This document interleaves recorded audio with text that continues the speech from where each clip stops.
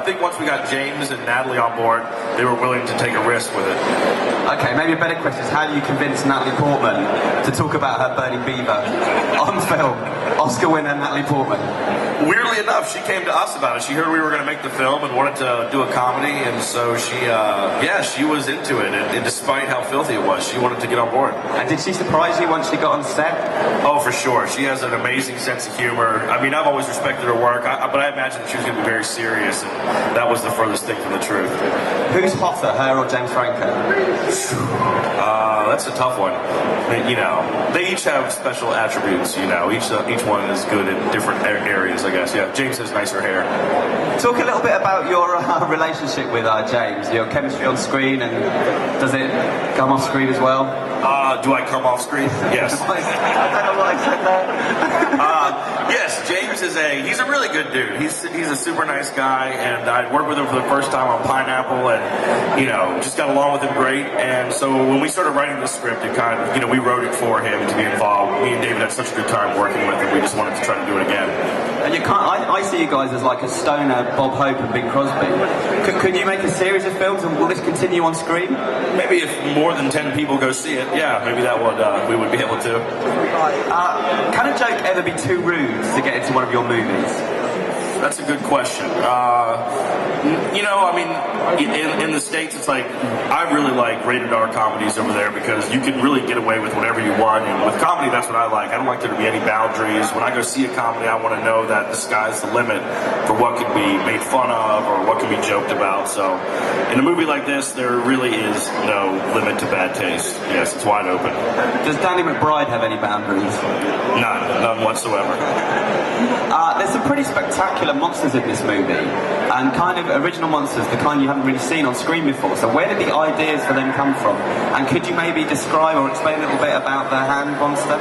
Yeah, you know, we used kind of a mix of, you know, everything from, we have like a weird wizard, you know, like a puppet that's kind of reminiscent of something from the Dark Crystal, and then we have some CG creatures like this huge 5-headed serpent, and then we have this like weird mechanical bird that's kind of a throwback to the owl from Clash of the Titans. So they were kind of inspired by these other fantasy films, the type of creatures that you would see in those movies. And yeah, the one that you're talking about is this weird creature that's like controlled by a man by putting his hand in shit, basically. Yeah, it's like a video game monster. It is, yeah. Yep. Very cool. My favourite character in the movie was probably the stoned wizard you just mentioned. But as well as being funny, he's somewhat disturbing. Where did the idea for him come from? And it's not from some suppressed memory from your past, is it, or anything like that? No, it came from Franco. The scene he's talking about is we go to visit this wise wizard who's like played by basically a puppet. And when we write this stuff, we will, you know, we'll do what's on the page once or twice, and then we'll just improv from there and kind of toss it around and throw out whatever. And in one of the takes, Franco just starts kind of laying down this weird backstory that this wizard might have molested him when he was a child, and the guys who are working the puppet just kind of went with it too, and they start kind of building this weird story that he used to come over and take his shirt off and jump on the bed with the wizard, and it just made it into the movie. Yeah, it's gross. I'd like to talk to you a bit about comedy. Do you have any favourite comedians or comedic actors? Yeah, I have a bunch. I mean, when I was growing up, I loved guys like Bill Murray and Eddie Murphy, and I think Ricky Gervais is hilarious, and I love like Simon Pegg and Nick Frost. I love who else? I mean, Justin Theroux, who's in this, who plays the wizard. He's a very funny dude. Will Ferrell. I mean, all the other people that most people are laughing at. Yeah. Well, I was going to ask you about British comedians, but you've name-checked a few there. Has British comedy been an influence on you over the years then?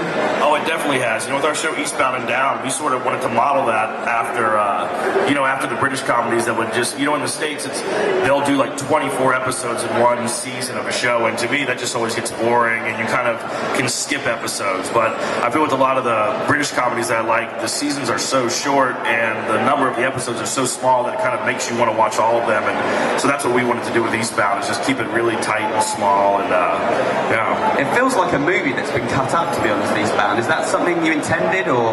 Yeah, we write it as if it is one long movie, and then we just break it into episodes from there.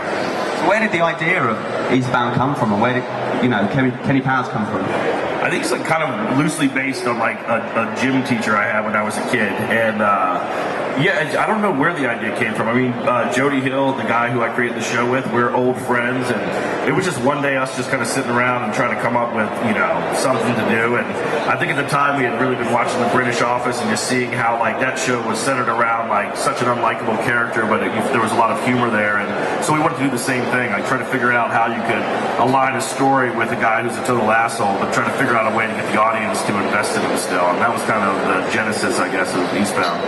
And it's pretty edgy stuff. It's quite out there. Was it tough to get it made? It was, Will Ferrell and Adam McKay came on board as producers, and so they really helped us, with like keeping HBO off our backs, and letting us get away with what we wanted to do. Your Highness. I got a movie coming out in August called 30 Minutes or Less. That's directed by Ruben Fleischer, who directed Zombieland. And Jesse Eisenberg's in that, Aziz Ansari. And what else? I'm a bad guy in Kung Fu Panda 2. And that's what's in the pipes for now. What animal are you? I'm a wolf, a big bad wolf. Yeah. And do you have maybe some dream projects in your back pocket that you'd like to get off the ground that you haven't been able to make happen yet? Your Highness is probably what that was. I mean, Your Highness is such a wild, insane movie. David and myself never really thought we'd have a chance to make that film, and now we have. So now I got to dig a little deeper in the pockets, find something else that's filthy and terrible to make. Cool.